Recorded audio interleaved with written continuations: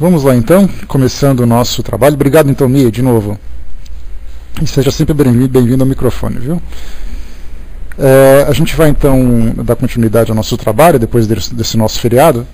Livro dos Médiuns, parte 2ª, Manifestações Espíritas, capítulo 4, Teoria das Manifestações Físicas, movimentos de suspensão, ruídos, aumento e diminuição de peso dos corpos. Nós estamos no item número 74, estudando aquelas várias questões que Kardec apresentou ao Espírito São Luís, que orientava o trabalho de Kardec na elaboração da codificação.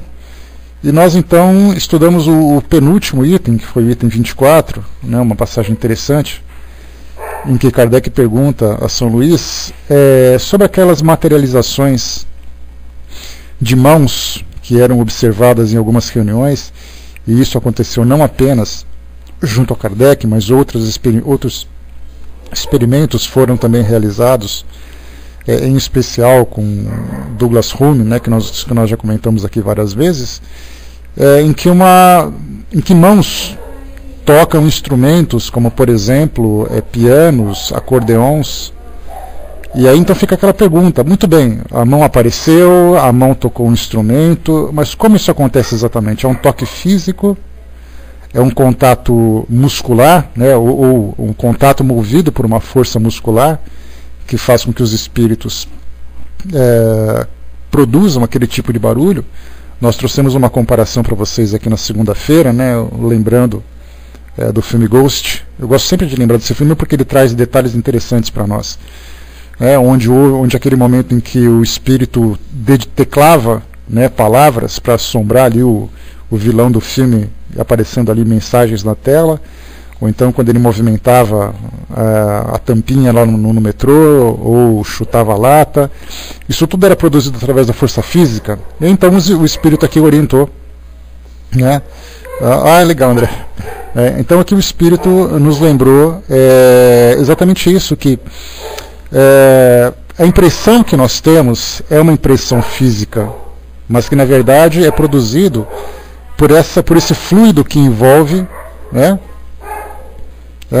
No sexto sentido, a mesma coisa também, Armando, exato, né? Nós temos também ali o machucado, nós temos ali histórias de pessoas que são empurradas, né? Então são várias as cenas que nós vemos assim nos filmes, que embora seja uma produção fictícia para dar assim aquele clima na história, não deixa de ter para nós uma explicação dentro dessa nova ciência que nós estamos estudando, e fazer uma comparação com fatos que são verdadeiros em várias situações que são observadas, né? Então, lembrando aqui sempre que os espíritos envolvem um objeto físico com um fluido, e através da força do seu pensamento produz aquele movimento. Então, lembra nós aqui que até mesmo espíritos que não têm essa noção de como as coisas funcionam, eles podem, por exemplo, se sentar à frente de um piano e começar a tocar uma música. Para esse espírito, são as mãos dele que estão apertando as teclas para produzir aquele som. Mas na verdade ele envolve aquelas teclas com esse fluido, combinado com o médium de efeitos físicos que está próximo. Essa que é um detalhe importantíssimo da gente entender, que o espírito por si só ele não consegue, né? Coloca na área de texto para nós, Madonna, por favor, que a gente vai conversando um pouquinho sobre isso, tentando orientar se for possível. Tá legal? Vai escrevendo, porque depois a gente volta. Então esse detalhe é bem interessante, né? Isso foi o que nós estudamos. E Kardec então trouxe uma nota para nós, bastante esclarecedora, lembrando que os espíritos utilizam os recursos de que dispõem, e nós utilizamos os recursos de que nós dispomos. Os recursos que nós dispomos é o nosso corpo físico, a força física, a força muscular, o toque. No caso dos espíritos, a força do pensamento, a combinação de fluidos envolvendo aquele objeto. Então, cada um atuando dentro da sua dimensão com os recursos disponíveis. Então, Kardec coloca para nós: compreende-se assim que os espíritos podem fazer tudo quanto fazemos, mas pelos meios correspondentes ao seu organismo. Algumas forças que lhes são próprias substituem os nossos músculos, da mesma maneira que a mímica substitui nos mudos a palavra que lhes falta. Então, aqui foi o que nós estudamos na segunda-feira. A gente vai então entrar agora na questão 25 desse nosso item 74, para a gente poder finalizar essa situação. Deixa eu ver aqui, a Madonna colocou para nós uma dúvida. Bom dia, pessoal que chegou. Há um tempo atrás ele falou que não aguentava ouvir vozes na cabeça dele, né? Tem muitos medos. Na sexta agora ele deu um tudo muito grande de nervos, né? E eu vi que não era ali naquele momento, né? Até filmei a cena. Madonna, a gente lembra o seguinte, né? Tudo tem que ser feito de uma forma bastante cuidadosa, para que a gente não crie, né, expectativas e para que a gente não crie fantasias também. Quando a gente fala de algum tipo de comportamento diferente que acontece com uma pessoa, nós temos que analisar dois aspectos importantes, né? Primeiro, o equilíbrio emocional que é daquela pessoa. Algumas vezes, por uma situação que ela vivencia, uma situação pessoal que ela vivencia, pode fazer com que suas emoções sejam alteradas, pode fazer com que medos sejam criados. Nós temos alguns tipos de transtornos mentais que precisam ser considerados, mesmo que a gente pense assim, na minha família não tem esse tipo de coisa. É importante que a gente tenha essa visão, né? Então, quando a gente pega assim, a saúde mental, a saúde emocional, né? Eu tenho psicólogo há 4 anos, né? Não mudou nada, certo. Então, se você faz esse acompanhamento clínico, esse acompanhamento médico, né? Com um psicólogo, com um psiquiatra, tudo foi avaliado e isso não teve alteração nenhuma, então a gente vai agora para o outro campo, que é o campo espiritual, porque a gente sabe que existe esse tipo de influência, e essa influência pode gerar, sem dúvida nenhuma, tipo de transtornos, um tipo de sofrimento muito grande. Para isso, mais uma vez, a gente entra no outro critério bastante cuidadoso. A gente tem que participar. No nosso caso, por exemplo, na doutrina espírita, nós temos um trabalho bastante importante. Eu não sei se você é espírita, se você é simpatizante, se você já frequentou ou frequenta algum centro espírita. Então a gente lembra que nas casas espíritas nós temos, já frequentou, né? Joia. Então nas casas espíritas nós temos ali o trabalho de atendimento fraterno, e nesse trabalho é feita uma avaliação, né? Conversando, orientando sobre aquilo que está acontecendo, e a partir dali então começa com o tratamento propriamente dito. No caso, quando a gente trata de crianças, se você por acaso quer levá-lo apenas por essa causa, isso pode provocar um medo muito grande. É mais ou menos uma criança que está doente, você fala, eu vou te levar no médico para ele te curar. A criança vê aquele médico como se fosse um fantasma. No caso dos centros espíritas, nós temos o trabalho, né, de evangelização, que é um trabalho bastante interessante para as crianças, bastante descontraído, muitas crianças participam, né? E aí então, levando para fazer esse trabalho de avaliação, de evangelização, seria um processo interessante também de começar esse tratamento. Em casa, nós temos ali o trabalho de Evangelho no Lar. Esse trabalho de Evangelho no Lar é uma leitura semanal que você faz de preces, de conversas em torno de temas do Evangelho. Nós temos livros para as crianças que podem fazer isso. Você pode comprar livro infantil de evangelização, e isso conta história. E esse trabalho de evangelização em casa também tem um efeito muito, muito, muito importante. E se por acaso você tem uma dificuldade de levá-lo ao centro espírita, você mesma pode ir.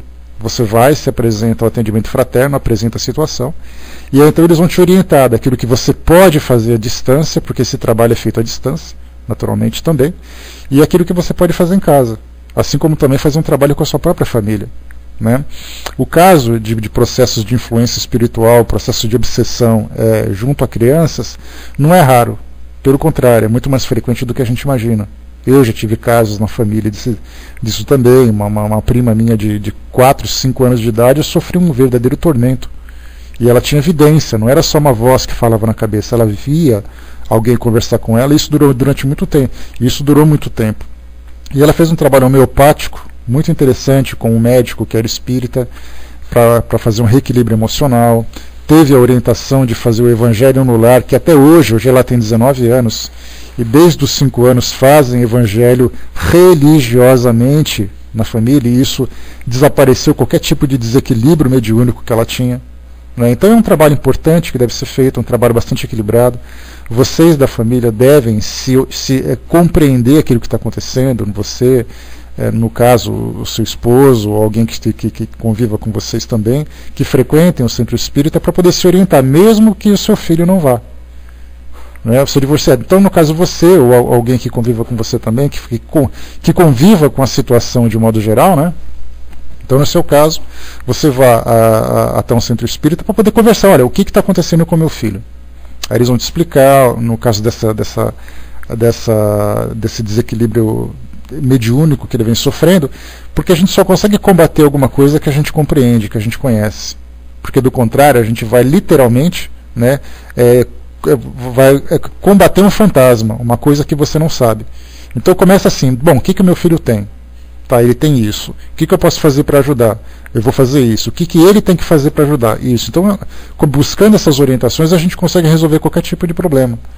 E a mediunidade, no caso, ela, nessa fase de desequilíbrio, ela abre as nossas portas mentais para todo tipo de influência, positiva e negativa. E no caso dos processos de influência negativa, são muito mais comuns do que a gente imagina. Né? Então começa a fazer isso, né? Você frequentar um centro espírita, não apenas buscando orientação, mas frequentar mesmo, para se instruir, para se fortalecer, para se equilibrar. Né? E quando a gente fala sobre obsessão, é importante lembrar, eu sempre comento muito isso, para a gente poder entender o que se passa na mente de um obsessor, é só a gente se colocar no lugar. Se por acaso eu quiser aterrorizar uma criança, o que eu vou dizer para ela? O que eu vou fazer com ela? Eu vou produzir imagens, eu vou dizer coisas, eu vou criar nela um pânico, que ela vai ter medo de dormir, ela vai ter medo de ir para a escola, ela vai ter medo de conversar, ela vai ter medo de tudo. E a forma que nós temos de bloquear esse tipo de influência é exatamente isso, fortalecer nela a confiança. Tá? Então, assim, a orientação que a gente pode te dar é exatamente essa. Né? Primeiro, você buscar o auxílio médico, né? E o auxílio psicológico, aquilo que você já está fazendo. Ótimo. Buscar assistência no centro espírita, que é importantíssimo também. Né? E nesse centro espírita, eles vão te passar todas as orientações. E explicar para ele também, né? Explicar para ele também que você frequentando, sabendo se por acaso existe o trabalho de evangelização, levando também. Vá com ele, acompanhe, fique presente até ele começar a se acostumar, a criar amizades, perceber que um centro espírita não é nada do que ele imagina e tudo mais. Né? Então, assim, o trabalho que você está fazendo está muito bem, mas se você estiver mais orientada para concentrar e direcionar o seu auxílio de modo mais eficaz, você vai ter um resultado muito mais rápido e mais eficaz.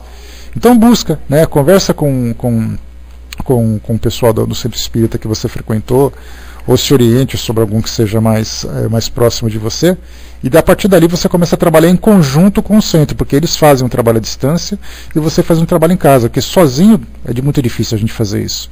Você frequentou há muitos anos, né? Então é importante você retomar isso tudo, você voltar a fazer. Né? A Aninha está lembrando aqui, né? Minha filha Marina sempre diz que é doida para ver, né? Acredito que ela sempre diga isso, para constatar que é verdade mesmo, né? Pois é corajosa ela, né?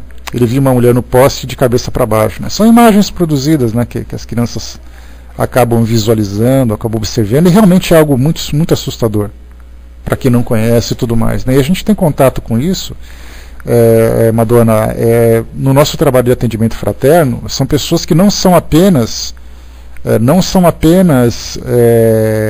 espíritas, são pessoas que não são espíritas. Né? São pessoas que estão ali vivendo suas vidas, não sabem o que acontece, não sabem o que se passa. Né? A Juliana, por exemplo, que está na nossa sala, que ela não está aqui agora, mas o filho dela também, o filho dela, Marco, que tem 12 anos, se eu não me engano, também acorda, tem um homem em pé do lado da cama dele. Aí ele levanta, vai para a cama dele e fala: mãe, essa pessoa está do meu lado de novo. E aí então vai aquele trabalho de fortalecimento, de saber, olha, ele está aqui do seu lado, mas ele não pode fazer nada. Então é aquele trabalho. Mas a Juliana, por ter orientação espírita, ela sabe exatamente como lidar. E é aí que você vai buscar essa força, você sabe exatamente o que acontece. Né? Você colocou também, ele viu uma mulher de cabeça para baixo, né? E da minha cama ele falava, né, para olhar para lá, né, rezava e pedia luz. Né? Então é sempre assim, sempre com muita tranquilidade, fazer o evangelho com muita regularidade. Vocês escolhem, por exemplo, um dia da semana que seja mais favorável para você, que não tenha problema de visitas, que não tenha problema de escola, que não tenha problema de trabalho de vocês e tudo mais, e a partir de agora vocês começam a fazer. Tá? Mas você pode, no caso, Vaninha, passa para mim, passar para a Madonna, por favor, meu e-mail. Você pode me escrever, Madonna, que eu te passo o material, a orientação mais específica que você precisar.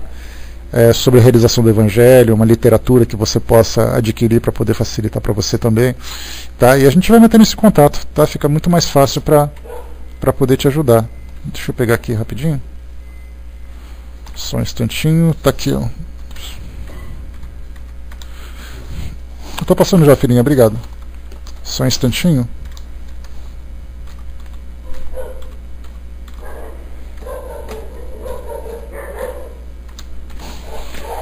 Tá aqui, Madonna. Qualquer coisa que você precisar... Ah, tá jóia. Então recebeu 2 vezes. Não tem problema. Não sei qual e-mail você passou, mas eu passei os 2 para ir direitinho. Tá? Então, tá, Madonna. Eu espero que a ajuda que a gente pode dar aqui para você é exatamente te mostrar onde buscar ajuda. E se você conseguir ter contato com as pessoas certas, você conseguir receber uma boa orientação, esse problema logo logo ele se resolve. Né, porque esses processos obsessivos, assim, essas influências negativas, elas são temporárias, tá? Ah, então tá jóia. Tá legal? E qualquer coisa, estou à disposição, é só escrever que a gente vai conversando. Muito bem, podemos continuar então? Vamos lá? Imagino que sim, né, algo que realmente assusta. Né, mas é importante assim, o equilíbrio da sua parte é fundamental. E para isso, como eu comentei com vocês, é importante que você saiba aquilo que está acontecendo e como lidar com a situação que você vivencia. Porque a obsessão, né, não, filho, pode ser também, pode ser. Né, porque a situação que você vivencia, ela depende de uma série de condutas para que ela retome o equilíbrio. Né? Para isso é importante conhecimento e assistência. Não adianta, por mais boa vontade que você tenha e por mais que você sofra observando isso, isso não resolve. Porque muitas vezes nós somos atingidos exatamente pelas pessoas que estão próximas. Se por acaso eu quero desequilibrar alguém, eu atinjo alguém que está próximo. Se eu quiser por acaso, vamos supor que eu queira te prejudicar e você não me dá essa abertura, é o seu filho que eu vou influenciar. Né? Então assim, a gente tem que ter essa proteção dentro da nossa casa, a gente tem que ter esse fortalecimento íntimo para todos nós, e a partir dali a gente começa então a enfrentar a situação para buscar esse equilíbrio. Né? Então é importante que você esteja fortalecida para isso. Tá legal? Então você tem meu e-mail, qualquer coisa, tá? Estamos ali à disposição. Tá bom? Bom dia, pessoal que chegou. Vamos então para o nosso item número 25, que é o último aqui a questão número 75 do item 74. O item 25, a questão 25 do item 74. Kardec coloca: entre os fenômenos citados como provas da ação de uma potência oculta, há os que são evidentemente contrários a todas as leis conhecidas da natureza. A dúvida então não parece justa? Aqui Kardec justificando a pergunta, né? Porque ele perguntava se era a mão que dedilhava um piano, se por acaso o objeto era levantado, uma mesa era levantada com a força muscular de um espírito. Então, pelo fato de não ter nada ainda, de não termos conhecimento sobre aquilo que acontece de fato, as potências, as potencialidades do mundo espiritual e a forma como os espíritos manipulam essas energias, é natural que essas perguntas, por mais estapafúrdias, por mais equivocadas que sejam feitas. Né? Porque da mesma forma que aqui na nossa sala, a gente já passou por várias situações que pessoas que dizem assim: olha, eu tenho uma pergunta para fazer, mas eu tenho vergonha. Ou seja, né, a pior pergunta que existe é aquela que não é feita. Né, então a gente tem que fazer a pergunta. E Kardec passava por isso. Ele fazia as perguntas que para nós hoje são perguntas que nós não faríamos por já termos o esclarecimento necessário para isso, mas ele também fez perguntas, os espíritos respondiam, ele insistia, eles falavam assim: olha, já não falamos isso para você? Exatamente por isso que, se não perguntarmos, nós não vamos entender isso. Isso é fora do nosso mundo, é fora do nosso universo material. Daí então a necessidade de nós perguntarmos no mínimo detalhes, para que a gente não caia naquela ideia de ter um entendimento que nós não temos. Né? Porque você fala assim: bom, deixa que eu já entendi, não precisa falar nada. E aí então eu guardo para mim essa dúvida, né? Coloco ali essa interrogação e coloco assim: não, deixa que eu mesmo resolva esse problema. Só que esse problema não vai ser resolvido se por acaso não chegarmos a essa conclusão, né, tirando essa dúvida mesmo através dos questionamentos. Daí então essa pergunta foi feita. A resposta que chega então para nós é a seguinte: acontece que o homem está longe de conhecer todas as leis da natureza. Se as conhecesse, seria espírito superior. Isso porque os espíritos superiores já têm ali um amplo domínio sobre todas essas forças, né, e a forma como são utilizadas no mundo espiritual. Por ser apenas um espírito comum, sendo um espírito comum, é natural que tenha essas dúvidas, né, porque mesmo os desencarnados, essa é uma visão bastante equivocada que nós temos hoje, é acreditar que o fato de você desencarnar, você consegue ter compreensão absoluta sobre tudo aquilo que existe nesse novo ambiente. Só que é fundamental nós termos por princípio que grande parte dos espíritos que desencarnam sequer tem noção que desencarnaram. Imagina quando a gente fala de fluido, de força mental, de manipulação, eles nem sabem que desencarnaram. Nem sabem onde estão, não sabem o que aconteceu, não sabem para onde vão, não sabem absolutamente nada. Né? Dessa forma, então, que nós sempre pensamos que é importante que tenhamos esse entendimento. Os espíritos que já estão adaptados, que já cresceram, já se desenvolveram no mundo espiritual, esses sim conseguiram absorver esses conhecimentos necessários para o seu próprio crescimento. Cada dia, entretanto, diz aqui São Luís, oferece um desmentido aos que tudo pensam saber, pretendendo impor limites à natureza, e nem por isso eles se mostram menos orgulhosos. Desvendando incessantemente novos mistérios, Deus adverte ao homem que deve desconfiar das suas próprias luzes, pois chegará o dia em que a ciência dos mais sábios será confundida. Não vê todos os dias os exemplos de corpos dotados de movimentos capazes de superar a força de gravitação? A bala de um canhão não supera momentaneamente essa força? Pobres homens que vos considerais tão sábios, cuja tola vaidade é a todo instante confundida. Sabeis que sois ainda muito pequeninos. Para vocês terem uma ideia do que Kardec fala, o livro A Gênese, onde Kardec concentra ali um grande conhecimento científico da época, detalhe importante, o conhecimento científico da época, porque os espíritos não trouxeram revelações sobre aquilo que o homem ainda vai descobrir com relação ao seu próprio conhecimento. Eles trouxeram a revelação daquilo que já existia no mundo espiritual, mas eles não falavam de ciências. E no livro A Gênese, o elemento mais avançado em termos de ciência que Kardec conseguiu trazer para nós tratava-se do telégrafo. Se vocês se lembram daqueles filmes, daquela história em que o código Morse era utilizado para transmitir uma mensagem a milhares de quilômetros, exatamente essa era a tecnologia da época. Hoje nós falamos com celulares, falamos com internet, utilizamos GPS, comunicação via satélite. Na época o mais avançado era o telégrafo. E o conhecimento mais avançado em termos de ciências da natureza era exatamente um instrumento que eles utilizavam para voar, que era o balão. Um instrumento mais pesado do que o ar, aquecido com ar quente, que era capaz de flutuar. Não se conhecia a lei da hidrodinâmica, não se conhecia a lei da aerodinâmica, não se conhecia a lei da engenharia aeroespacial. Ou seja, então quando São Luís coloca a bala de um canhão não supera momentaneamente essa força, olha só a comparação que ele falou, da bala de um canhão. Ele poderia ter dito assim, você nunca viu um avião voar? Naquela época não tinha avião.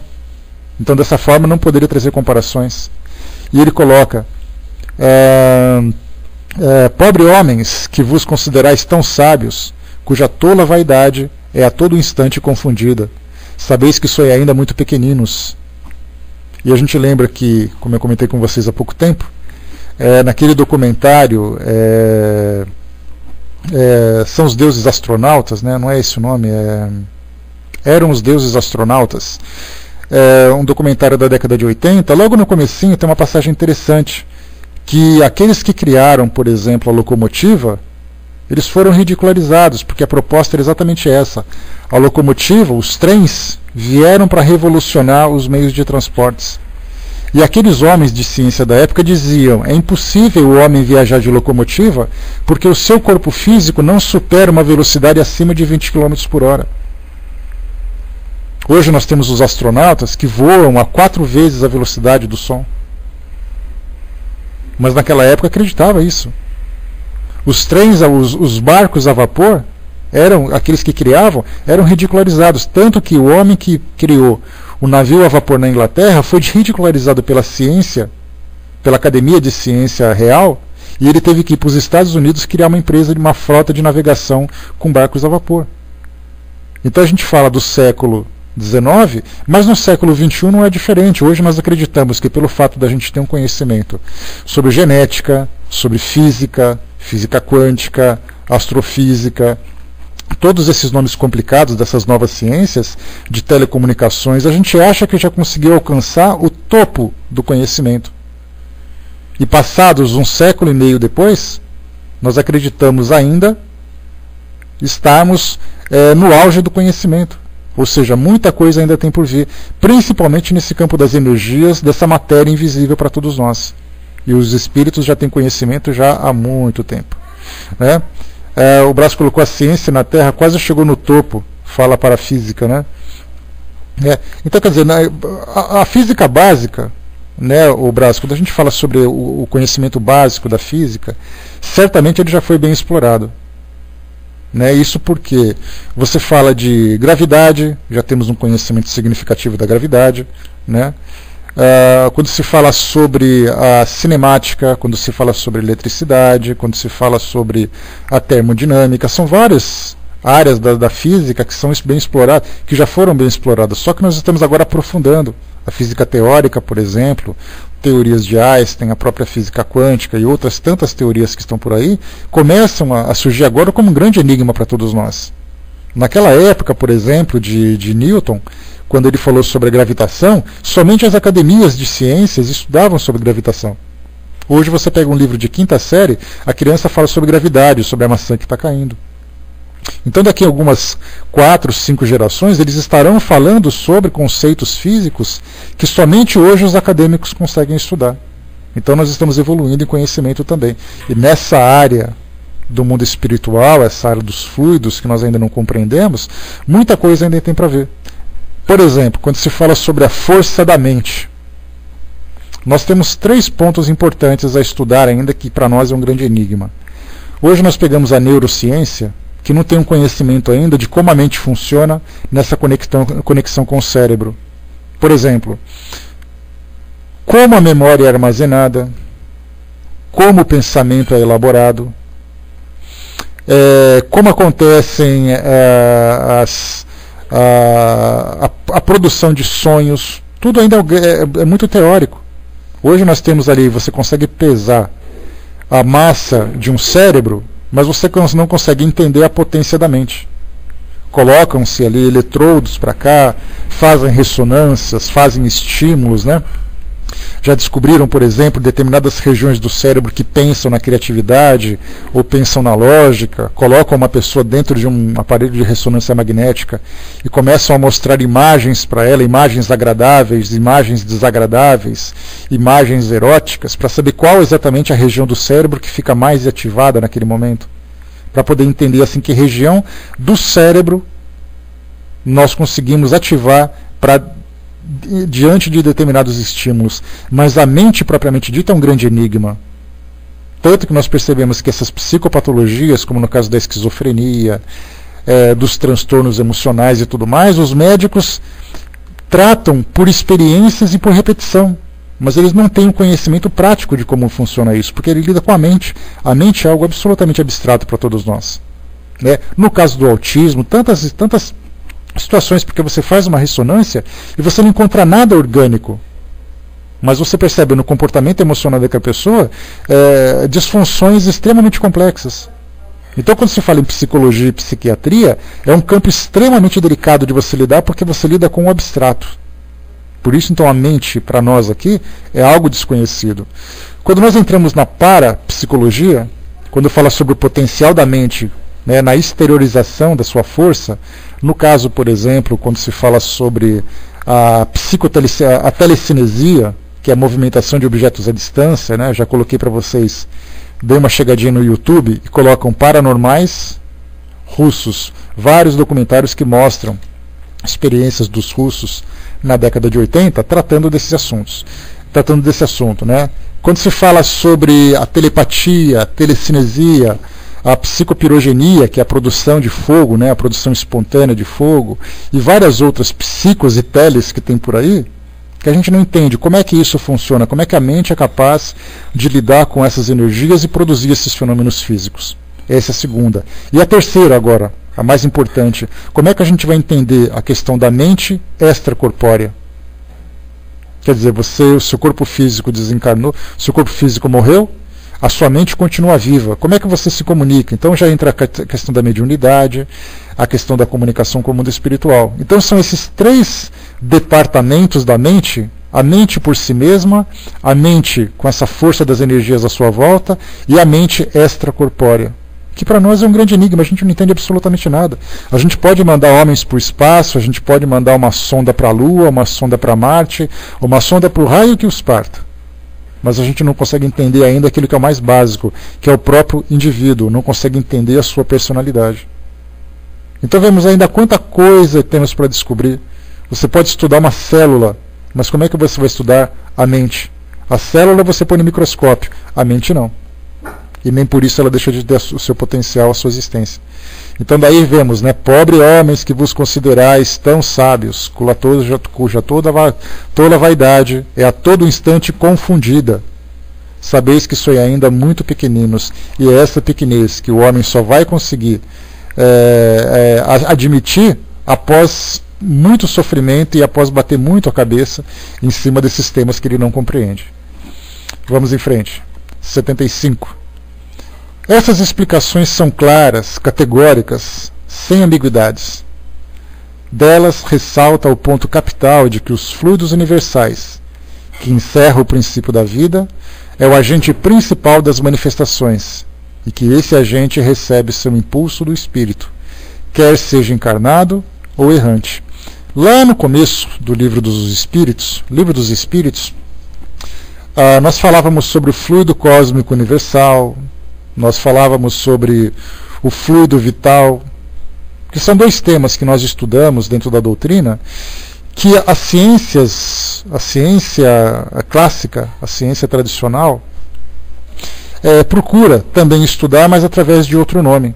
Quando a gente fala sobre fluido cósmico, nós temos aí matéria escura, nós temos matéria isso, nós temos matéria aquilo, fragmentos do átomo e coisa e tal, que a física procura explorar um pouco mais, para poder entender, por exemplo, nessas experiências que estão sendo feitas nos aceleradores de partículas, para entender qual é a menor partícula que nós conseguimos identificar. Tanto é assim que esse bóson de Higgs, que é o nome dessa partícula que eles querem descobrir, foi apelidada, né, sutilmente como a partícula de Deus. Ou seja, a menor parte existente da matéria, que eles estão tentando descobrir através desse acelerador de partícula, que é bem interessante. Então até aí tudo bem, né? Nós estamos aí, a ciência aprofundando esse nosso conhecimento. Então descobrimos essa questão do fluido. Sobre o fluido vital, que já é uma outra situação problemática, a questão é, como é que a vida começa? Como é que um corpo pode ter vida? Como é que você consegue produzir vida em laboratório?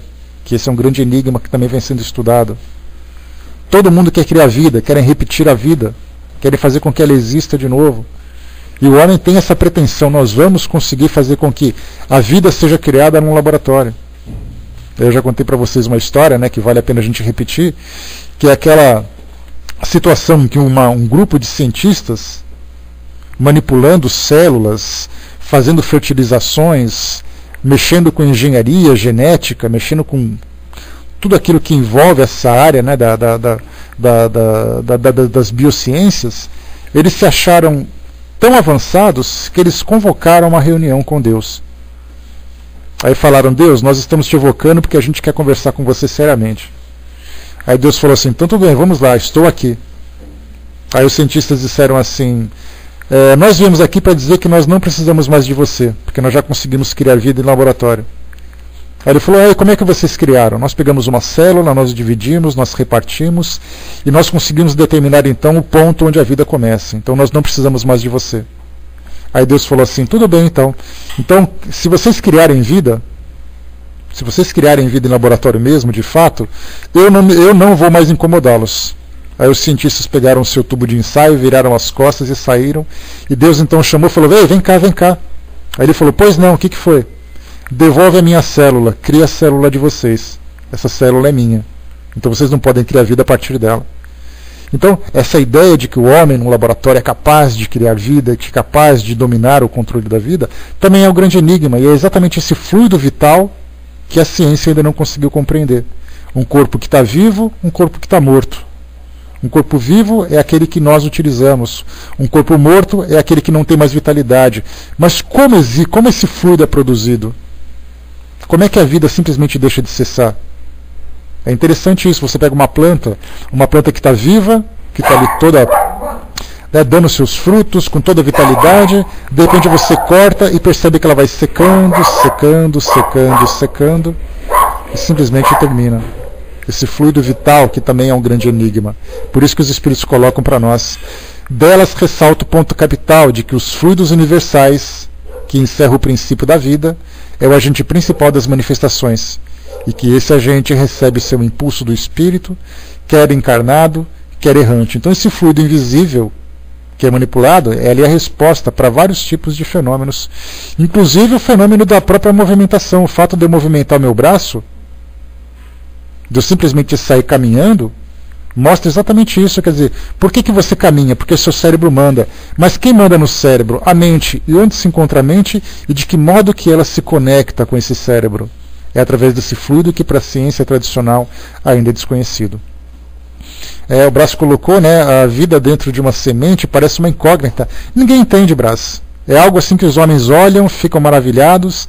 Mas como é que você vai entender que uma semente seca, durante milhares de anos, como já aconteceu de experiências que encontraram no Egito, por exemplo, sementes de trigo que estavam ali armazenadas, colocaram numa terra fértil, jogaram água e ela criou vida?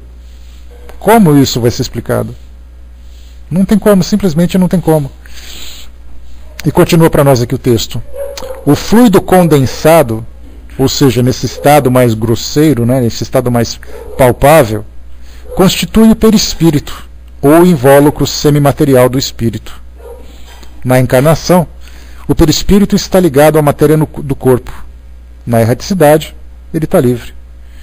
Quando o espírito está encarnado, a substância do perispírito está mais ou menos fundida com a matéria corpórea, mais ou menos colada a ela, se assim podemos dizer. Bom dia, pessoal que chegou. E a gente lembra, né, lá no começo, quando Kardec fala do nascimento, que a gente chegou até a conversar sobre isso na nossa última quinta-feira, que foi o nosso tema livre, quando Kardec perguntou como é que ocorre o nascimento. Aí os espíritos disseram que o nosso perispírito vai se ligando célula a célula, tendo ali quase que uma fusão, conforme aqui a tradução de Herculano Pires. Essa fusão significa que ele está tão conectado que já não dá para a gente separar uma coisa da outra. Mas que quando acontece a morte do corpo físico, esse desprendimento começa a acontecer. Daí então esse trauma que nós sofremos, todos nós sofremos e sofreremos, quando há o desencarne. Essa desconexão nem sempre acontece de um modo tão suave como nós imaginamos. Isso porque não é apenas a fusão que tem essa conexão tão rígida, tão profunda. A nossa vontade de estar conectado com o corpo também provoca essa conexão. Daí então quando acontece o desencarne, dizendo, pode sair daí que você não mais precisa ficar nesse local. Aí alguns vão se resistir, outros terão medo e tudo mais. Então essa desconexão acaba sendo também, da mesma forma que se liga célula por célula, ele vai ter que se desligar também célula por célula. Tamanha a profundidade dessa ligação. E aí continua para nós aqui. Da encarnação, o espírito está encarnado, a substância, o próprio espírito está ligado à matéria, na erraticidade está livre.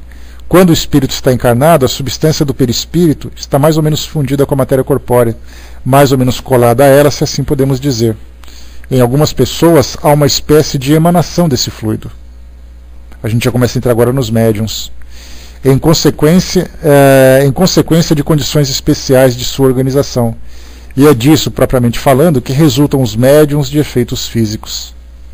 A emissão do fluido animalizado pode ser mais ou menos abundante, e a sua combinação mais ou menos fácil, e daí os médiuns mais ou menos possantes.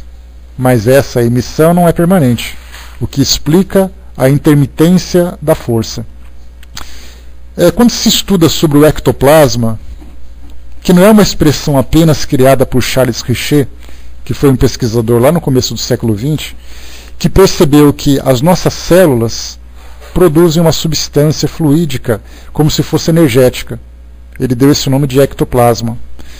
Algumas pessoas, por ter um corpo predisposto a esse tipo de produção abundante e ter a capacidade de irradiar esse tipo de substância ou de doar esse tipo de substância, acabou fazendo com que essas pessoas, por terem um corpo específico preparado para isso, se tornassem doadores. Se há os doadores, há os receptores. E esses receptores se tornaram os espíritos. A mesma coisa acontece com relação às energias. Quando nós pegamos, por exemplo, os magnetizadores, os passistas, os reikianos, aqueles que praticam o jorei na igreja messiânica, há aqueles que são mais potentes do que outros. Aqueles que conseguem fazer uma doação maior, uma irradiação muito mais abundante, favorecendo ali tratamentos, curas, etc. Então, quer dizer, tem pessoas que podem mais, tem pessoas que podem menos. Isso por quê? Porque o seu corpo tem essa capacidade. E no caso desses que fazem doação de ectoplasma, que é essa substância vital, podemos até chamá-la desse fluido vital que se torna mais condensado, quando ele faz essa doação e produz esses tipos de fenômenos, eles se destacam com consciência, porque sabem que estão fazendo, ou mesmo sem terem noção do que acontece. Daí então indivíduos que são capazes de produzir determinados fenômenos, acreditando que são endemoniados, acreditando que eles são loucos e tudo mais, mas na verdade é simplesmente o seu corpo físico que oferece a eles condições para esse tipo de produção. Então aqui no caso, a emissão do fluido animalizado, esse fluido animalizado é exatamente esse ectoplasma. Pode ser mais ou menos abundante e sua combinação mais ou menos fácil. Aí então a gente chama dos médiums mais ou menos possantes. Herculano lembra aqui que essa emissão não é permanente, quer dizer, o indivíduo não pode constantemente doar esse fluido, até que porque para ele se torna um desgaste muito grande, o que explica essa intermitência. E Herculano Pires traz aqui para nós um exemplo. Ele diz assim: essa teoria da emanação e da emissão do fluido animalizado, ou do fluido perispirítico do médium, e de sua combinação mais ou menos fácil com o fluido universal do espírito, para a produção dos fenômenos e, consequentemente, de materializações, exige a atenção do leitor para bem compreender o desenvolvimento dos fenômenos. A última é de grande importância para explicar as intermitências das funções mediúnicas, cuja causa é muitas vezes orgânica e se costuma atribuir a motivos morais. Então confunde, né? Você é médium porque você é uma pessoa muito boa. Na verdade, você é médium porque você é médium. Ser bom ou ser mal é uma questão de caráter, e é para onde você vai direcionar suas intenções e as suas ideias. Então não confundir a mediunidade como sendo apenas uma questão de valores, mas a mediunidade é uma questão fundamental orgânica. O corpo físico do indivíduo proporciona isso. Continuando aqui em cima para nós. 76. Façamos uma comparação. Quando queremos atingir alguma coisa situada à distância de nós, é pelo pensamento que o tentamos. Mas o pensamento sozinho não poderia realizar o nosso intento. Aí é fácil, né? No nosso cotidiano não é comum. Quando você olha alguma coisa, né, pega o controle, até o controle remoto, antigamente tinha que levantar para poder mudar o canal da televisão, né? Hoje o controle remoto que fica longe, aí você fica assim, né, com aquela força do pensamento, vem aqui controle, vem até minha mão que eu não quero levantar, e o controle não se mexe, você é obrigado a levantar, pegar o controle remoto para poder mudar de canal. É ou não é, Vaninha? Fala sério. E aí então a gente pensa assim, quer dizer, o pensamento não é capaz de produzir isso, pelo menos não o nosso pensamento, o pensamento comum, né, o pensamento das pessoas que são normais, digamos assim. Porque aquelas que têm essa força de utilizar a energia do pensamento para produzir movimentos, que é o caso da telecinesia, tele quer dizer distância, telefone, televisão, telecinesia, tudo aquilo que acontece à distância. E cinesia significa movimento. produzir movimento. Então, produzir movimento à distância. Então, aqueles paranormais que são capazes de olhar para o instrumento como se fosse assim, um mestre Jedi que a gente viu, né? Que a força esteja com você. Você aponta, o negócio vem para sua mão. Então, para nós que somos simples mortais, nós não temos essa capacidade. Então, o pensamento sozinho não é capaz de realizar esse nosso objetivo. Continua Kardec. Precisamos de um instrumento que o pensamento dirigirá. Um bastão, um projétil, um sopro, etc. Nota-se ainda que o pensamento não age diretamente sobre o bastão, que precisamos pegar. A inteligência, que é o próprio espírito encarnado em nosso corpo, está unida ao corpo pelo perispírito e não pode agir sobre o corpo sem perispírito, da mesma maneira que não pode agir sobre o bastão sem o corpo. Assim, ela age sobre o perispírito, que é a substância com que tem mais afinidade. O perispírito age sobre os músculos. Esses fazem a mão pegar o bastão e o bastão atingir o alvo. Quando o espírito não está encarnado, necessita de um instrumento que não pertence ao seu organismo. Esse instrumento é o fluido, com o auxílio do qual toma o objeto apropriado a realizar um impulso de sua vontade. Aqui a gente volta mais um pouquinho agora para os filmes que a gente tinha comentado.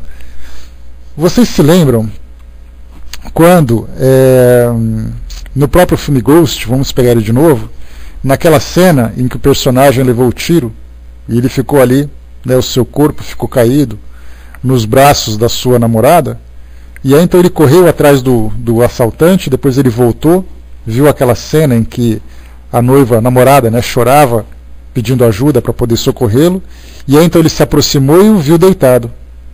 E aí então ele tentou tocar. No que ele tenta tocar, a mão dele atravessa.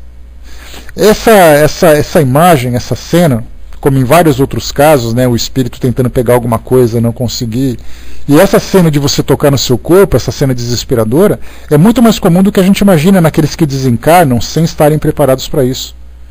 Porque ele vê o corpo deitado e ele quer desesperadamente fazer com que o seu corpo levante e não acontece absolutamente nada. Os seus braços simplesmente atravessam a matéria. Exatamente porque o seu perispírito por si mesmo não consegue interagir com a matéria, a menos que tenha um fluido mais denso, um fluido mais animalizado, que possa envolver aquele objeto para que haja aquele movimento. Então, normalmente os espíritos tentam fazer isso. Quantas vezes, naquela outra cena em que ele tenta dar um soco no rosto daquele que era o seu ex-amigo, né, que virou o vilão da história, quando ele estava ameaçando a namorada, ele tentava dar um soco para cá, tentava dar um soco para lá, e tentava fazer isso, fazer aquilo, e não acontecia absolutamente nada. Exatamente por causa dessa sutilidade do seu perispírito e da densidade, da diferença que existe no corpo físico. Tic-Tac colocou para nós, gosto muito da definição de Emmanuel, fase da mediunidade, em seu livro Consolador. Né? Ele coloca várias definições interessantes lá. Né? Coloca para nós aí qual citação que você lembrou exatamente, Tic-Tac. A Vânia lembrou, o mais interessante é que o filme não é espírita, né? Que se saiba, nem o autor. Né? Exatamente, né? Mas todos os filmes que são produzidos de fantasmas, é exatamente essa imagem, né? Um fantasma que atravessa a janela, um fantasma que atravessa a porta, porque não é porque eles sabem que o espírito não pode interagir com a matéria, é porque já se foi observado várias vezes, né? Que um espírito, embora materializado, não consegue interagir com a matéria. Então eles criam essa fantasia de fazer com que o espírito atravesse um copo, atravesse uma porta, tenta fazer uma coisa e não consiga e tudo mais. Exatamente porque isso é observável.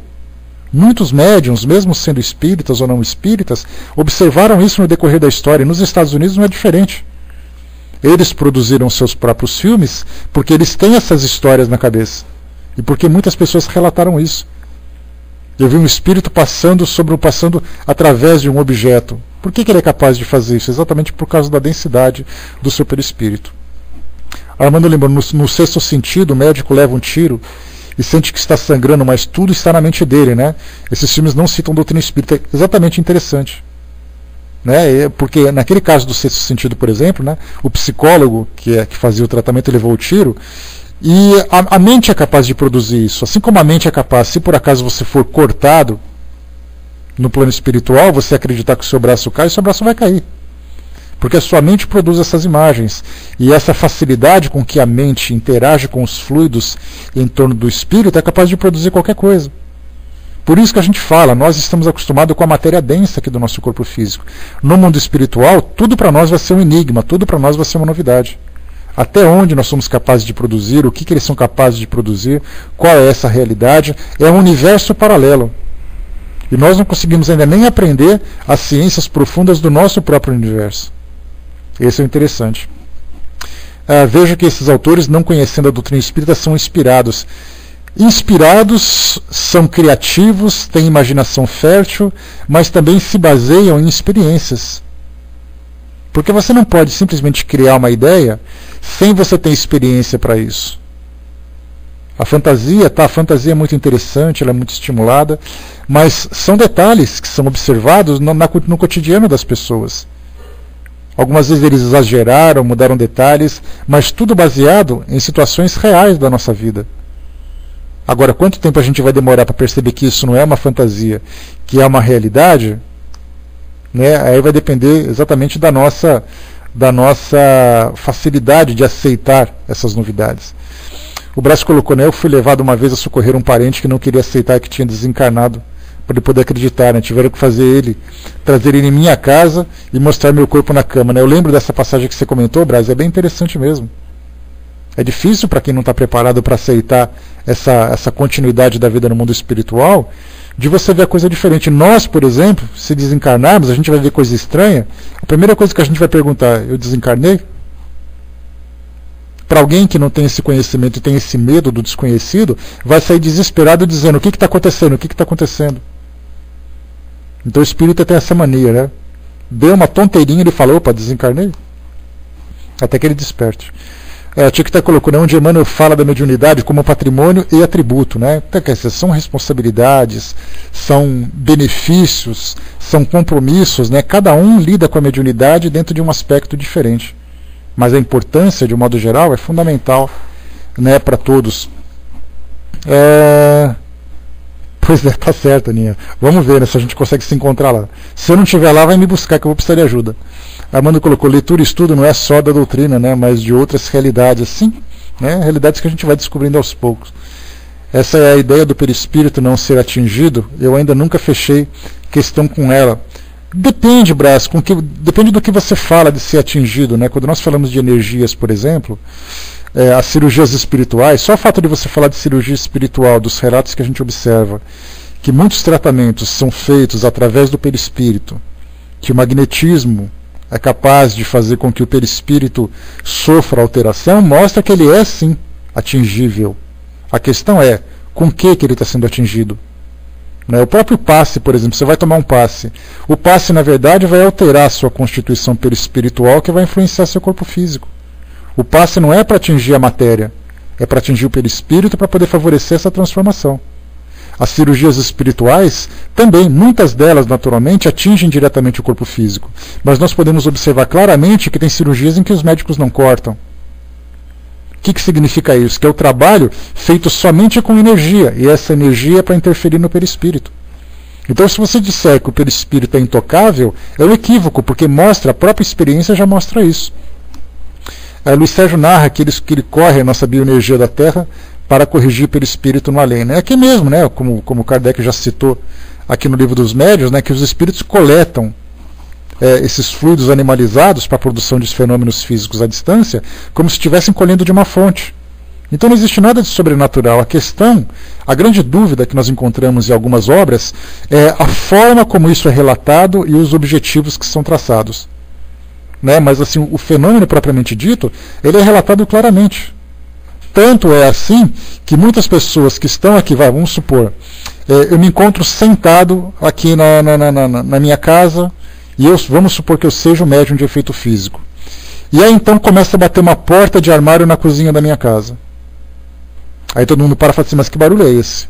Só o fato do espírito vir aqui, coletar esse fluido, como ele coleta, onde ele armazena, como ele transporta, a gente não sabe. Eu pelo menos não tenho essa informação. Só o fato dele coletar isso, levar até a cozinha e produzir esse fenômeno, já mostra que eles são capazes de produzir isso tudo.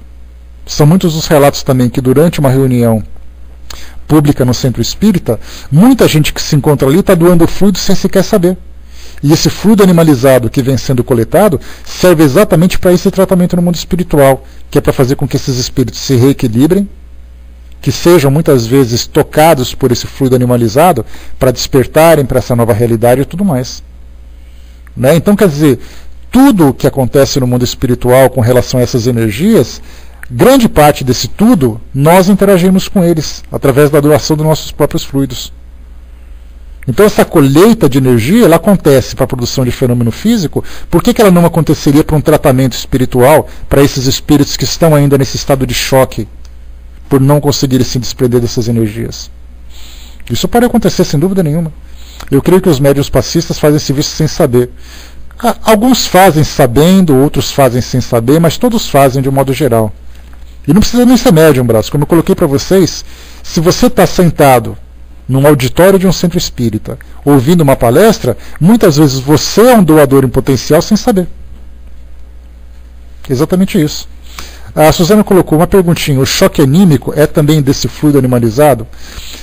Ele pode ser também, Suzana, mas algumas vezes o choque anímico propriamente dito, ele é produzido do contato do espírito com o médium, através da incorporação. Porque você tem o contato com o fluido, isso pode te reequilibrar, isso pode produzir em você determinado tipo de efeito, mas muitos espíritos são levados às reuniões mediúnicas, nas casas espíritas. Ele não é um obsessor, ele não é um espírito doente, ele só é um espírito desorientado. Então ele é levado a um centro espírita, ele fala através do médium pela incorporação, e nesse contato de perispírito com perispírito, porque é assim que acontecem os contatos mediúnicos, não é igual no Ghost, que mostra, por exemplo, o espírito entrando no corpo da médium, como se fosse a Coca-Cola entrando na garrafa. Né? Então, o que acontece? O campo fluídico do perispírito de um indivíduo sendo misturado, digamos assim, com o perispírito do outro, ele vai dizer assim: mas espera aí, o dele é diferente do meu, por quê? Por isso que a gente fala choque anímico. O choque anímico significa você tocar alguma coisa diferente. É igual você ter o choque térmico. O choque térmico é assim: eu te jogo dentro de uma piscina gelada. Você está com o seu corpo quentinho, com o seu pijama, com a sua pantufa de coelhinho, com o seu bob no cabelo, eu te jogo numa piscina gelada. O que acontece? Você vai ter um choque térmico. Então, quer dizer, esse contato com uma substância diferente faz com que você perceba uma dimensão diferente. Então, muitos desses espíritos são levados, e no momento de orientação é assim: você não está percebendo que quando você fala através do médium, você percebe que ele é diferente de você? Aí o espírito vai dizer: eu estou percebendo isso mesmo. É exatamente porque o seu corpo agora já não existe mais, é o corpo dele que você está tendo contato. Aí o espírito vai dizer exatamente como você falou: ah, tá, eu não tinha percebido isso. Enquanto a gente fala então choque anímico, é exatamente o espírito ter contato com um tipo de fluido que ele já não possui mais. Porque o espírito desencarnado não tem mais o fluido anímico. Porque o fluido anímico é esse fluido vital que anima o corpo físico dele. Se o corpo físico dele morreu, todo o fluido que existia simplesmente se dissipou. Então, choque anímico. Essa é a questão. O Brás colocou: mais de 80% da humanidade morre sem saber que morreu. Olha, Brás, eu topo com você, viu? Eu também acredito que seja essa porcentagem. Porque quando a gente fala sobre a humanidade de um modo geral, e aquilo que as religiões trazem em termos de conceitos sobre morte, conceitos sobre continuidade da vida, como as coisas vão acontecer e tudo mais, porque as religiões dizem o seguinte: quando você desencarnar, o seu anjo vai aparecer para você e vai te levar para contemplar as faces do Senhor. Aí você desencarnou, não apareceu ninguém, você fala: cadê meu anjo? Lá na igreja eu ouvi que ia aparecer um túnel de luz, que eu ia ser puxado e tudo mais, mas eu estou aqui deitado ainda, então quer dizer que eu estou vivo. Então esses conceitos que são passados hoje pela ciência, que diz que não existe nada além do corpo físico, pelas religiões que trazem uma imagem completamente equivocada do mundo espiritual, as pessoas que desencarnam com essas duas crenças, com essas duas ideias, chegam no mundo espiritual completamente despreparados para isso. Até mesmo nós que somos espíritas, temos essa ideia teórica, mas não temos ainda um preparo moral, um preparo, digamos, psicológico para poder aceitar essa nova realidade. Né? A Vaninha aqui em casa, tem vezes que eu falo com meu marido e meus filhos, chega a pensar que morri, ninguém dá atenção, né? Acontece, né? Tem muitos mortos-vivos por aí que a gente não sabe, né? Dificilmente podemos ver nossos guardiões devido à diferença de densidade espiritual. Não, não digo nem isso, Brás. Assim, é que as pessoas dizem, né, que quando você desencarnar, você não se preocupa porque o seu santo padroeiro, o seu espírito protetor vai estar do seu lado. Só que na verdade você não precisa estar necessariamente com o seu espírito protetor. Você pode ter espíritos amigos. Né? O espírito amigo que vai estar do seu lado, um espírito familiar dizendo, olha, eu estou aqui para te ajudar. Como aconteceu, por exemplo, no relato do Frederico Figner, no livro Voltei. Ele começou assim a abrir os olhos, viu assim aquela coisa, aquela névoa que o envolvia, e depois no meio dessa névoa começou a aparecer a imagem da sua filha, e ele começou a despertar porque ele começou a perder contato com a matéria. Mas isso porque ele tinha esse tipo de preparo para tal percepção. Agora, normalmente nós que temos uma vida muito materializada, já viu, né? A gente vai acordar, vai despertar, onde eu estou, quem sou eu, o que meu corpo está fazendo aqui do meu lado, e você sai desesperado tentando arrumar respostas, sem entender o que acontece. Né? A Miriam colocou, né? Nunca tinha pensado nesse aspecto, né? Quanta responsabilidade. Sem dúvida, né? A gente tem assim, esse processo ele é muito complicado. Né? E quando a gente fala sobre religiões, sobre aquilo que nós gostaríamos que fosse no mundo espiritual, né? Eu tenho assistido, para vocês terem uma ideia, uma série muito interessante chamada Os Borgias. A família Borgia, ela viveu no século XVI e ela teve 2 papas.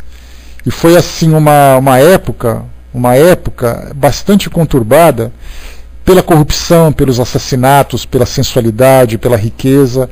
Então essa família foi assim, digamos assim, o que a igreja teve de pior na sua liderança.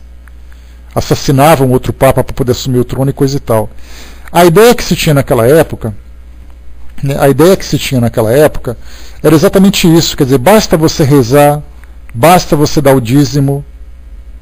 Se você é um suicida, você não pode receber a bênção da igreja. Então naquela época era assim, e hoje também é assim. Hoje você diz assim, olha, dê o seu dízimo, que você garante o seu lugar no céu. Fala-se isso hoje, no século XXI, 5 séculos depois daquilo tudo, continuam pregando essa mesma imagem. Aí você desencarna e você vê que você está num hospital, que você está num cemitério, e você fala assim, mas eu paguei para poder ter ali um lugar no céu. Sem essa ideia de um terreno no céu, essa brincadeira que todo mundo fala, mas que você imagina que você vai estar numa condição melhor no mundo espiritual pelo fato de você ter contribuído financeiramente. E aí então você desencarna, percebe uma realidade completamente diferente, e você fala, peraí, mas não foi isso que me disseram que seria, então quer dizer que eu estou vivo ainda. Daí então o que as religiões transmitem, o que as pessoas acreditam e o que as pessoas fazem de fato para poder ter uma vida diferente. E essa realidade vai se desvendando de uma forma cada vez mais chocante para todos nós. É igual a mulher do livro Nosso Lar, né? Aquela que fez muitos abortos e achava que tinha direito ao paraíso. Exato, né? Porque tudo nessa ideia que passa para nós, da doutrina da prosperidade, dizendo que você está aqui para poder viver em comunhão com Deus, para ter uma vida materialmente confortável. Para que você tenha sua casa, um bom salário, que você tenha riqueza. Aí depois você desencarna e diz assim, poxa, mas eu frequentei a igreja todos os fins de semana, eu contribuía com o fim do mês, mas por que eu estou nessa condição agora? Tá, mas moralmente o que você fez exatamente para merecer uma condição melhor? Então esse choque espiritual que as pessoas acabam tendo hoje, é exatamente essa preocupação que os espíritos têm de nos trazer essa revelação. De mostrar assim, olha, apaga tudo que você aprendeu até agora, porque a realidade é outra. A realidade é outra. Né? O soldado lembrou, se fosse assim, né, o dono da Apple, né, estaria numa mansão no mundo espiritual, né? Pois é. E cheio de tecnologia, cheio de aparelho eletrônico ainda, né, soldado? Da Apple, nunca da Microsoft ainda por cima. Então tem que respeitar as patentes. Né? Então a gente vê assim que é realmente diferente o que acontece aqui e o que acontece no mundo espiritual. Vamos lá para a gente poder fechar aqui essa nossa passagem. Então aqui a gente lembra, né, que Essa é a forma como Kardec colocou essa comparação, que a mente pode fazer, mas a mente depende do perispírito depende do físico, para poder fazer com que o objeto seja manipulado. 77. Quando, pois, um objeto é movido, erguido ou atirado no ar, o espírito não o pegou, não o ergueu, nem o atirou como nós fazemos com as mãos. Ele o saturou, por assim dizer, com o seu fluido, combinado com o do médium. O objeto, assim momentaneamente vivificado, age como um ser vivo, com a diferença de não ter vontade própria e obedecer ao impulso da vontade do espírito. Vamos dizer assim, para a gente fazer uma comparação pobre, por falta de um elemento mais palpável, quando a gente assiste a um filme como X-Men, aquele filme de ficção onde nós temos ali os mutantes, e temos aqueles que são os telepatas, que fazem telecinesia, quando eles levantam as mãos assim, olham para um objeto e jogam esse objeto apenas com a força do pensamento. Seria mais ou menos isso que os espíritos fazem. Só que não é simplesmente com a força do pensamento, mas é com uma combinação de fluidos dele e do médium, que conseguiu fazer com que aquele objeto obedecesse à vontade do espírito, como simplesmente nós fazemos com o movimento do braço. Eu desejo levantar o braço e esse braço se levanta. Então, o que mostra nessa ficção, o que todo mundo gostaria de fazer, né? Da gente poder levantar a mão e fazer a porta da geladeira abrir, vir um pote de sorvete, abrir o armário, vir a caixa de chocolate, coisa e tal, com a força do pensamento, é mais ou menos isso, que quando vocês estiverem desencarnados, vocês vão conseguir fazer isso, não se preocupem. Só precisam ter um médium de efeito físico por perto.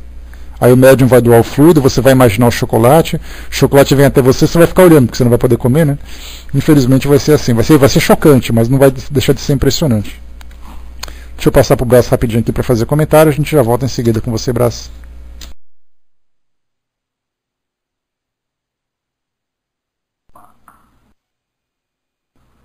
Ô Zé, bom dia. No caso do teclado, é o seguinte: se o espírito, sem o fluido do médium, for tocar nas teclas, a mão espiritual vaza as teclas, devido à densidade do espírito ser bem rarefeita. Por isso, ele tem que associar o fluido animalizado de um médium para dar consistência. Caso contrário, a mão dele atravessaria as teclas, sem as mover. Por isso que entra o fluido animalizado para a interação do espírito com a matéria. Sem o fluido de um médium, qualquer, consciente ou inconsciente, o espírito é incapaz de interagir com a matéria. Assim já me passaram. Não sei se você concorda. Um abraço.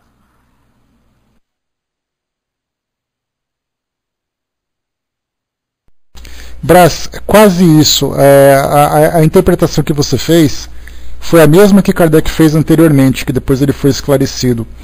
O fluido animalizado não dá densidade para o dedo apontar a tecla. Se eu, por acaso, não quiser pôr as mãos sobre o teclado, mas eu tiver o teclado envolvido nesse fluido, e com a força do pensamento eu olhar para a tecla e ela se movimentar, isso pode acontecer também. Então a tecla não vai se movimentar pelo fato de eu ter colocado a mão em cima, mas os espíritos, dependendo do seu grau de entendimento, eles vão acreditar que para digitar eles precisam pôr a mão sobre o teclado.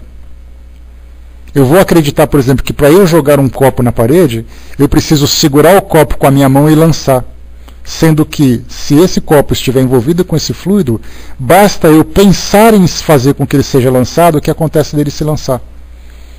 Então não é pelo fato. Então, de qualquer forma, eu vou fazer com que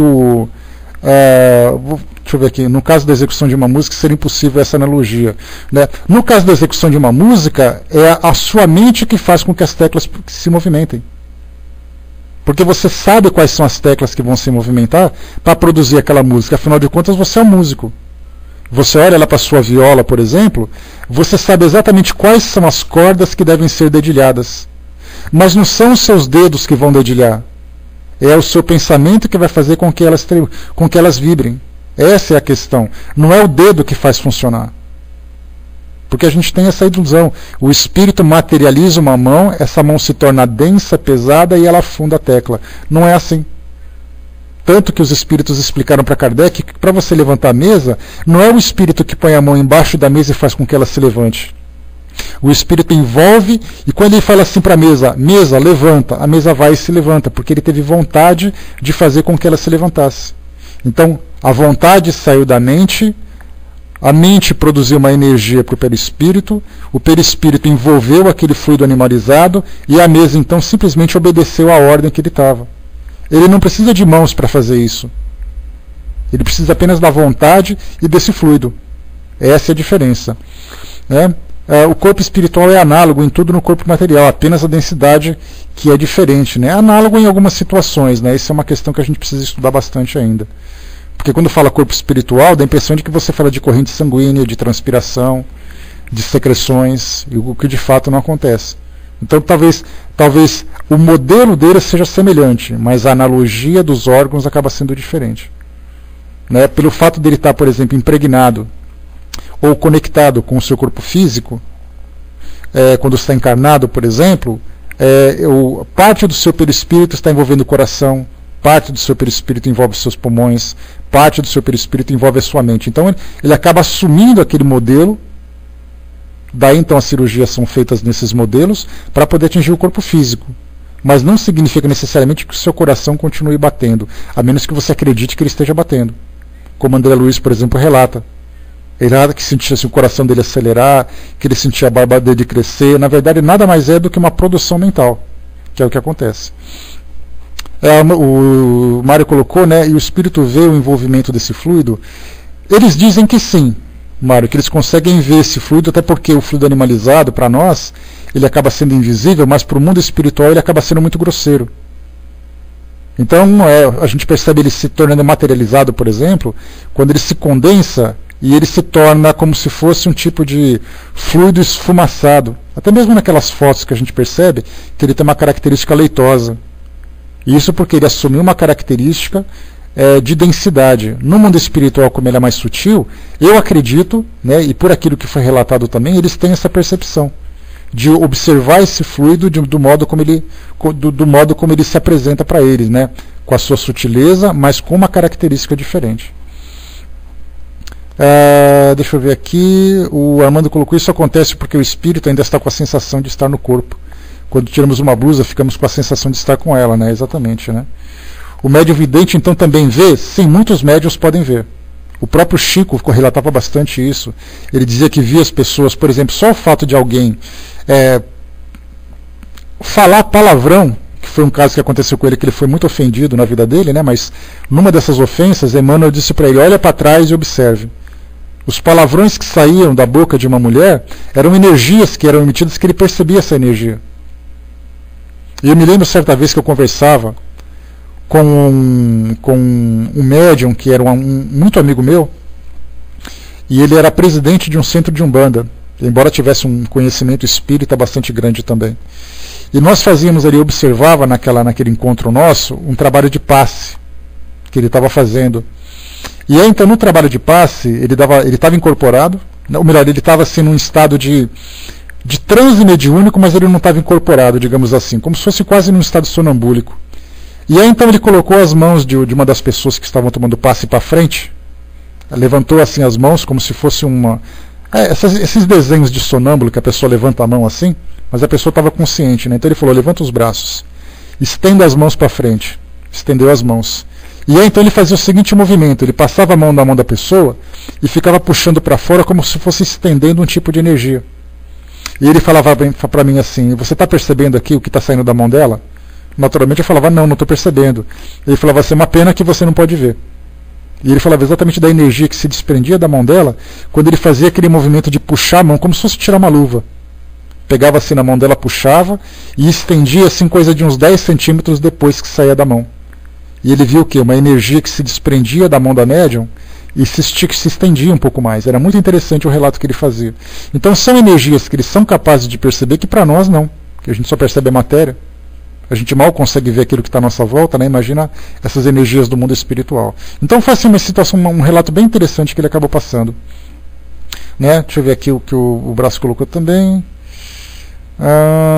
Um espírito materializado fica análogo, sim, ele fica com essa aparência, né? Inclusive, Braz, a gente lembra que quando um espírito se materializa, ou quando ele se condensa, né, que alguns estudiosos preferem essa expressão, quando ele tem ali o seu perispírito condensado com esse ectoplasma que foi doado, essa imagem que normalmente a gente observa de espíritos com lençóis cobertos, de espíritos com formas assim que não estão prontas, é exatamente pela dificuldade que ele tem de plasmar, de modelar o seu corpo nos mínimos detalhes. Por isso que todo espírito que a gente vê é aquele espírito branco, porque é o tipo de fluido, né, essa densidade esfumaçada que eles acabam assumindo, e pela dificuldade que tem de transformarem assim, os detalhes do seu rosto, os detalhes da sua roupa, é muito mais fácil você simplesmente se cobrir com um véu branco ou com uma massa branca do teu corpo e materializar apenas aquilo que é importante, as mãos, o rosto e tudo mais. Pela dificuldade que é a produção desse tipo de fenômeno. É muito mais fácil para ele. Esses são assim, alguns textos, alguns relatos que chegam para nós. Tic-Tac colocou, na Umbanda tem muita gente que sabe das coisas, né, mas não são ignorantes como muitos imaginam. Né? Muitos deles, a diferença, Tic-Tac, do espiritismo para a Umbanda, em termos de conhecimento técnico, é que na Umbanda eles aprendem muito na prática. Na doutrina espírita, a gente depende fundamentalmente da teoria. Então, assim, as respostas, o entendimento do processo, é tudo fácil. Eles sabem como fazer na prática. É mais ou menos aquela pessoa que vai, com a vida dela, aprendendo a cozinhar, e ela se torna um cozinheiro ou uma cozinheira exemplar, e você pergunta assim, você fez algum curso de culinária? Ele vai dizer, não, eu aprendi na prática. Enquanto que outros vão para a escola, aprendem teoria, aprendem a mistura química, aprendem sobre os ingredientes, aprendem sobre cultura, e ele se torna também um grande cozinheiro. A diferença é que ele tem uma base teórica muito mais profunda. Só que hoje isso já está mudando. Porque nós temos casas espíritas que dão cursos para os seus médiuns utilizando o livro dos médiuns. Nós temos casas espíritas que utilizam o livro dos espíritos para poder estudar. Porque uma coisa não desmerece a outra. A Umbanda, por exemplo, é uma religião que tem uma cultura, uma força cultural muito grande e uma interação com as energias da natureza também muito grande. Mas isso não significa que eles não possam estudar sobre a teoria do mundo espiritual, a teoria do universo. Então, muitos médiuns da Umbanda estão hoje sendo formados em cima do livro dos médiuns. E isso é importantíssimo, porque a experiência prática que eles possuem, fundamentadas na teoria, vão fazer com que eles se tornem médiuns muito mais eficientes e muito mais conhecedores desse fenômeno. Né? Não é só na prática, né? Tem muitos que estudam muito a doutrina dos espíritos, sim, sem dúvida, sem descaracterizar aquilo que eles estudam na própria doutrina deles. Né? Mas muito bem, pessoal, fechando por aqui, a gente vai mudando vai terminando aqui o nosso estudo de hoje, esperando, né? A gente parou aqui no item número, deixa eu ver aqui rapidamente, no item 77, a gente volta nele depois. Depois a gente volta, filhinho, não vai dar tempo. Eu comecei aqui meio com a pretensão de que desse para ler rápido, mas, né, no Templo Espírita Tupiara, lembra que o Templo Espírita Tupiara ele é da Umbanda, né? No Rio de Janeiro se estuda todos os livros da codificação, é muito importante isso. O estudo é fundamental. E agora essas doutrinas espiritualistas que trabalham nessa relação com a mediunidade, com o mundo espiritual, estão agora buscando a sala de aula, saindo simplesmente dos terreiros, indo para a sala de aula para poder aprender e voltando também.